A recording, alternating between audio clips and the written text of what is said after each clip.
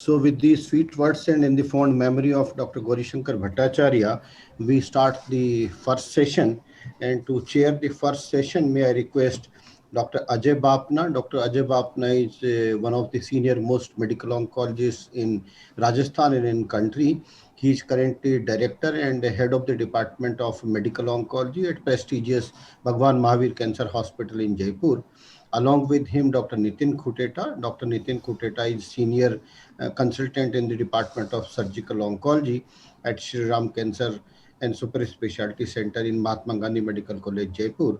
And Dr. Manoj Mahajan, he is director in the Department of Medical Oncology at Pacific Medical College in the Udaipur city of Rajasthan. Many of us are involved in the nursing education at different platforms. And with this short introduction, may I request the chairpersons to start the academic session, please. Thank you, Lalit. At the outset, I would like to really congratulate Dr. Hemant Malhotra and Dr. Lalit Mohan Sharma for organizing, webinar on a very important and a very different topic. So nobody had thought of doing a webinar on this topic. So I really congratulate both of you for organizing this webinar, and especially when this is an oncology nursing month. So without wasting any time, our first topic is the role of nurses in the surgical oncology. And to speak on this topic, we have Miss Hilary Baker from United Kingdom. She is the lead clinical nurse specialist for urologic cancer and University College London Hospital, NHS Foundation Trust, London, United Kingdom. It's really our pleasure to have Miss Hilary Baker with us, and I invite her to deliver her talk on the nurse's role in caring for surgical oncology patient. And I would also like to mention that the subsequent speakers will be introduced by Dr. Nitin and Dr. Manoj Mahajan. I think they must have joined the webinar by now. So I invite Mrs. Hilary Baker to please deliver her talk. Hello everyone, my name is Hilary Baker. I'm the lead nurse specialist for uro-oncology at University College Hospital. Thank you very much for inviting me today to do this presentation on the nurse's role in caring for surgical oncology patients. I'm going to take you through a presentation, and then there'll be an opportunity to ask any questions. So we're going to use a model of care, which is called the enhanced recovery after surgery. So I'm going to talk you through that today. So you may have heard it as being called ERAS, and there's lots of different models available. So the evidence shows is that patients who engage in prehabilitation before surgery, and that involves some form of exercise, looking at diet, looking at optimizing them as much as possible before surgery, they'll do much, much better than those patients who don't engage in prehabilitation. They are much more likely to have morbidity and mortality issues following surgery. So the best possible condition for surgery is patient education. We want the patient to be feeling empowered and educated and informed and feel supported for going through this surgery. We advise them on stopping smoking and also on alcohol intake. As I say, we optimize them, whether it be their diabetes or their anemia or heart or lung conditions. So we optimize them as much as possible. We decrease the amount of time that we fast patients. So for instance, if they're on a morning list, they will be able to eat and drink up until 12 midnight the night beforehand. And then during the night, they can have clear fluids up until 6 o'clock in the morning. We then give them a carbohydrate loading drink, which is just water and glucose, which then carries them through the operation. We always say to patients, this is a bit like running the marathon. So you need to be carbohydrate loaded beforehand. Obviously, if they're diabetic, we wouldn't be giving them this drink. And then during the surgery, we want the best possible management during the surgery. So minimal use of drips and drains and catheters. If we do, for instance, put in a nasogastric tube, we'll probably take it out immediately following the operation, either in recovery or high dependency. We use careful use of opiates, pain medication. So we tend to use spinal anesthetics and spinal analgesia. We don't use patient-controlled analgesia really much at all, because we know that that decreases mobility, causes problems with bowel function, and also takes some time to be able to wean them off the PCA onto oral medication, which is what we want to do. And then minimal invasive surgery. Do a lot of that here at University College Hospital. Where I work, we've got 2 robots, which are used all the time during the working week. And the benefits of robotic surgery is there's not a great big wound to heal. There's minimal loss of blood. There's pain is minimal, and the recovery of the patient is much faster. Ultimately, you want the best possible outcomes for the patient. So you want them to get up and out of bed as quickly as possible. Sometimes following surgery, we get patients out of bed as soon as they've had their surgery, almost sitting out in the chair, as long as they're awake and with it, and can walk. We'll get patients out of bed as quickly as possible. And if they don't get out on the day of their operation, they certainly will do the morning after their operation. We give patients a diary which sets goals for each day that they're in hospital. And each day, as they progress through the diary, the goals will get bigger and bigger and greater for them to achieve. We remove tubes as quickly as possible and drain so that they don't stay in situ for long periods of time. We make sure that patients move from IV fluids and IV medication onto oral medication. And we introduce food and drink very early into their post-op phase. Start with fluids and then gradually progress onto diet. And that may be a soft diet, to be soups and ice creams and jellies, things that are palatable and easy to digest, and then onto other food as the patient feels that they can tolerate it. And then we're again talking about onward discharge planning and how they will be getting home, who will be looking after them at home, and what support that they will need. So this model improves patient outcomes and satisfaction. It decreases complications, it decreases length of hospital stay, and improves use of hospital resources. So the benefits of enhanced recovery or rapid surgery or fast-track surgery, depends on what you want to call it, is it improves the patient experience and satisfaction.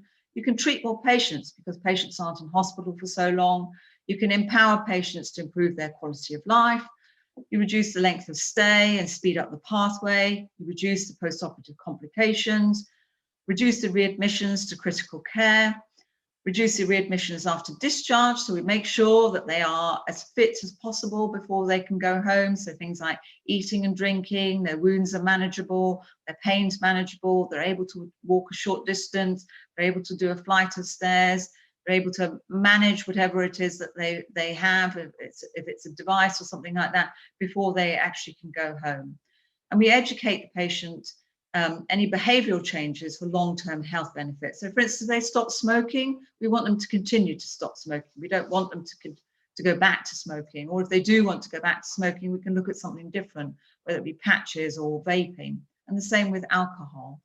Try and reduce the amount of alcohol they had pre-op and continue that in the post-op period. So we can only really do this, this management of the patients, if we've got a multidisciplinary approach to it all. So that includes physios, nurse specialists, ward nurses, doctors, consultants, anaesthetists, everybody involved all together using this pathway of care. So this is the elements of enhanced recovery. As you can see, I won't go through each one of them, but I'll talk to you about, for instance, no bowel prep. So we don't give any purgatives anymore. The evidence shows that this really harms the gut flora. And we don't even give enemas anymore either. So what we do is we ask the patient 2 days before their big abdominal surgery to go on a low residue diet. So that means no fiber at all. No fruit, no vegetables, no nuts, no lentils, nothing like that. Does slightly constipate the patient before they come to have their operation, but afterwards the gut flora is intact, and you can manage constipation much better than having a gut that's completely deprived of its flora. And also we introduced diet early on in the post-op period to actually get the gut going again. So at UCLH, we use the integrated lifestyle exercise. This is a model of enhanced recovery that we're bringing in. So we're trying to get patients as fit as possible before their operation, about 2 to 5 weeks beforehand. Depends on what time frame we have and how aggressive the cancer is and whether they've had neoadjuvant chemotherapy or not beforehand. So if the patient's not terribly fit, we want them to have some sort of physio, online exercise sessions that they attend. And this is then supported by telephone follow-up to encourage the patient to engage in their physical activities and to do regular exercise. We optimize the patient for the diabetic pathway if they're diabetic. We also make sure that their psychological and well-being is being addressed if they have any issues, and that they're optimized anemia-wise as well. And that may mean an iron infusion before they actually have their operation. This is another model that's used at St Mary's Hospital in London, and this is used for the colorectal patients. It's called the Prepare model, and it's used very, very effectively. And as you can see, there's common elements in it, like eating well, psychological well-being, physical activity. So it's a 3-step approach: before the operation, inpatient stay, and after surgery. So I always say to patients, I want you to eat a diet that looks like a rainbow. It's got to have lots of colors on your plate.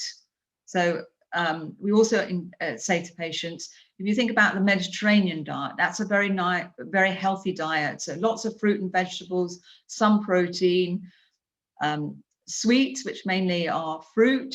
You can have the odd treat and the odd bit of chocolate or donut or whatever it is you want to have.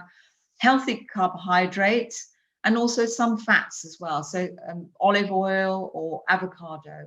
And get the patient used to drinking at least 1.5 to 2 liters of fluid before their operation.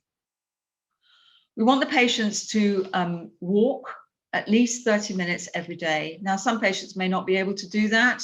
So that you break it down for them. You say, well, you do 15 minutes in the morning or 15 minutes in the afternoon, or 10 minutes in the morning, 10 minutes in the afternoon, and 10 minutes later on in the day. And also we'd like them to engage in some sort of resistance training as per this picture. So not everybody can go to the gym. Not everybody wants to go to the gym. Not everybody wants to do lift weights. So there's other things like doing yoga or Pilates, or engaging in something like that, in some sort of resistance training exercises. The problem is, as we get older, we do lose muscle bulk.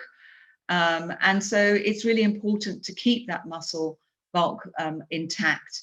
If you don't, we end up with frailty, and that's where patients become less mobile, they lose weight, they become cognitively impaired, they're much more likely to have falls, they'll have poor balance and gait, and they'll be very, very tired as well. So the frailty score we do for patients, particularly if they're elderly and are not very mobile.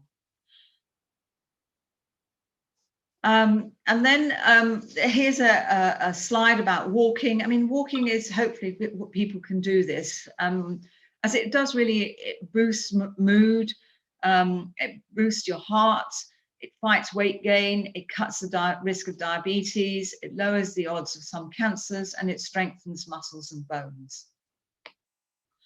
Sleep is really important. We want patients to get about 7 to 8 hours sleep a night.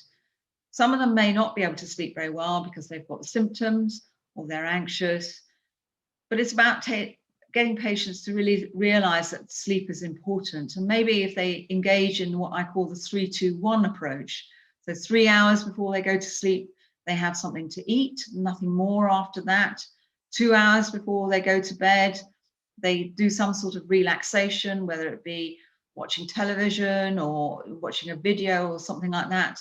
And then 1 hour before they go to bed, they stop all blue light activity. So nothing on their phone, nothing on the television, nothing on their iPad, and they indulge in something like reading a book or doing some meditation or deep breathing exercises, and that will help them to sleep. If they need to have a sleep in the afternoon, we also encourage that. So try and get as much quality sleep as possible. Mental health. So we do try and address this. As nurse specialists, we're trained to do this. We're trained at level 2 psychological support. And we do this through using an assessment tool to see how the patient is and how distressed they are. Hopefully we can address most of the issues with the patient by just lifestyle and education advice. But if they have a serious psychological issue like depression or severe anxiety, then we'll refer them for psychological support.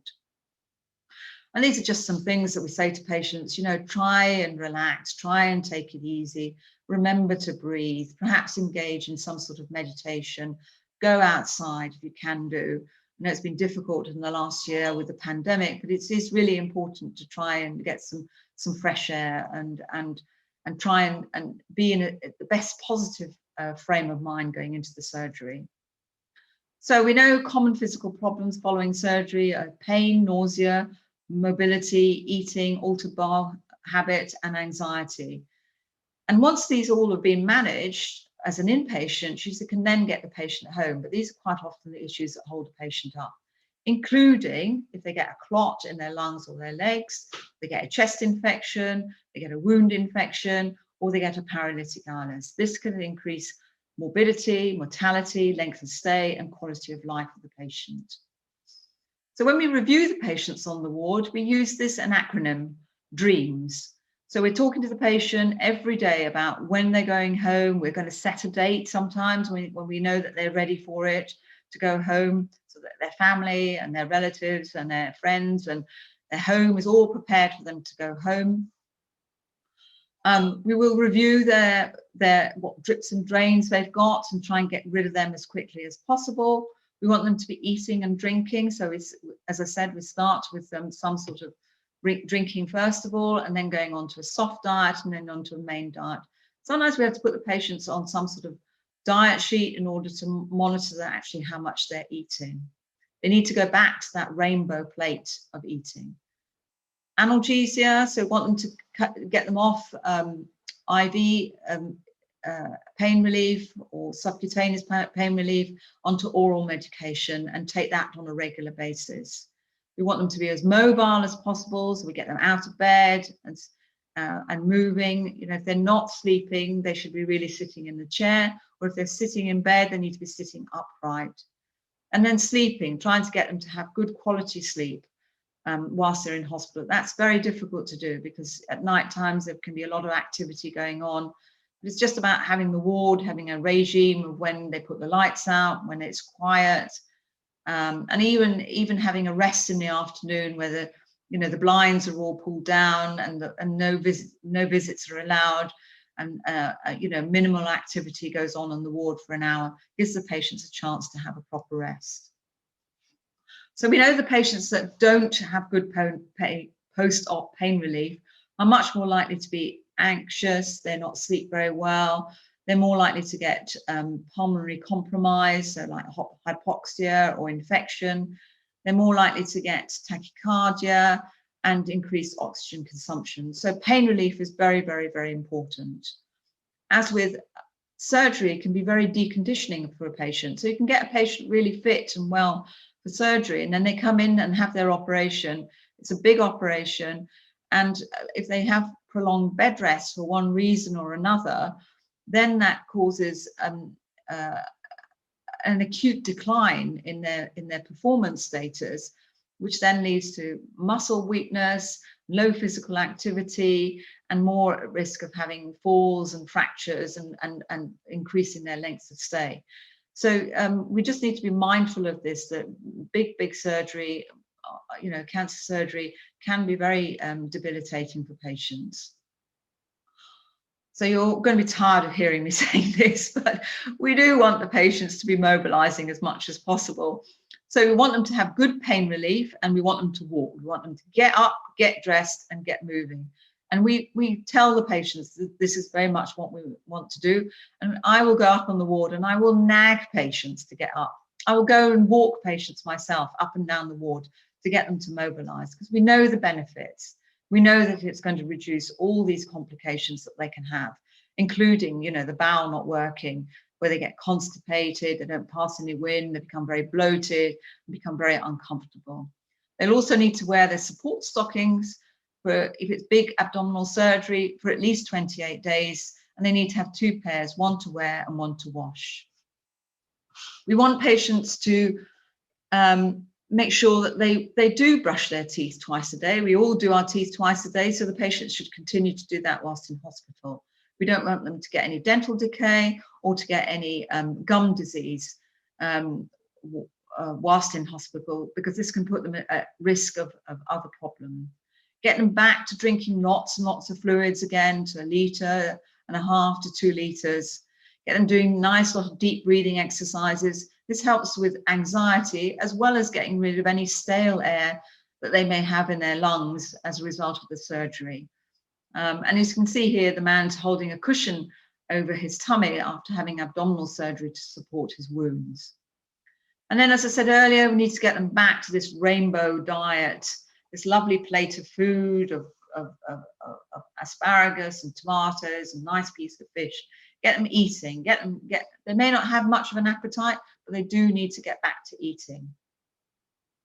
We have an exercise alley on one of the wards where patients can learn how to do simple, non-straining, very simple exercises to help them get their fitness back, on top of their walking and doing the stairs on a regular basis. So the National Cancer Survivorship Initiative is all about personalised care, and this is about patients taking responsibility for their own care, feeling empowered, feeling educated, feeling well supported, both in the community by primary and secondary care. They need to know what are the red flags, what they need to identify, what they need to be worried about, and who to contact if they get any problems post-operatively. So this can be shared care between primary care and secondary care. And if necessary, they can come back into secondary care, although we try to avoid this by saying to the patient, as early as possible, address the problems that you may have. So enhanced recovery programs aim to deliver high quality 21st century care, which as healthcare professionals, we know from clinical evidence will ensure that all our patients with shared decision making will benefit from this multidisciplinary approach to patient care. So thank you very much for listening to me. I hope you have some questions. My email address is here. If you'd like to send me any questions by email, I'm very happy to address those. I have put on some resources, so there's Top Med Talks that you can log on to, and enhanced recovery videos on YouTube. And I've also put some references here to support my talk. So thank you very much for listening to me, and I look forward to any questions you may have.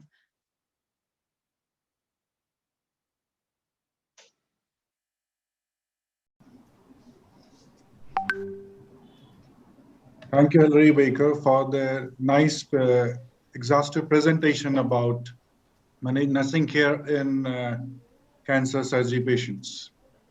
Thank you. You have completed it in a very good manner. So I think Dr. Lalit Mohan Sharma wants to ask some question. Yes, Lalit. Yeah, thank you so much, Baker, for your excellent presentation. It's a true learning, in fact, and we got a lot of insights from your lecture. Again, my common question, like about the antibiotic uses. So how commonly you use it, for how long you use antibiotics in a clean surgical case? So we try to use the minimal amount of antibiotics at all. We might use them in induction when they're being anesthetized, but post-operatively we don't tend to use them as routine. And if we do need to, we seek microbiology advice. We're trying to minimize the amount of antibiotics used in surgery. Great. And because you, it develops resistance and all sorts of other problems as well. yeah, thank you so much. And you said something about the diet one night before the surgery. So can you explain to us again that what dietary precautions you keep before surgery? So before big abdominal surgery, we put the patient on a low residue diet for 2 days, because we know that the evidence shows us that by putting, by using any sort of purgative of any sort, it upsets the gut flora. So we put them on a low residue diet, which is basically like it's basically protein and carbohydrates. And then the night of their operation, before they have their operation, they can eat and drink up until 12 midnight. And then they can have clear fluids during the night. So that's black tea, black coffee, and water if they're on a morning list. And then at 6 o'clock, we give them a carbohydrate loading drink, as long as they're not diabetic. And that then sort of carries them through the operation with some calories. As we always say to patients, this is a bit like running the marathon. So we need to carbohydrate load you first. And then once you've got through the operation and you're swallowing okay and you're not feeling nauseated, we'll start you on fluids and then start you on a soft diet as tolerated. Thank you so much. Thank you. Over to Dr. Kuteta, please.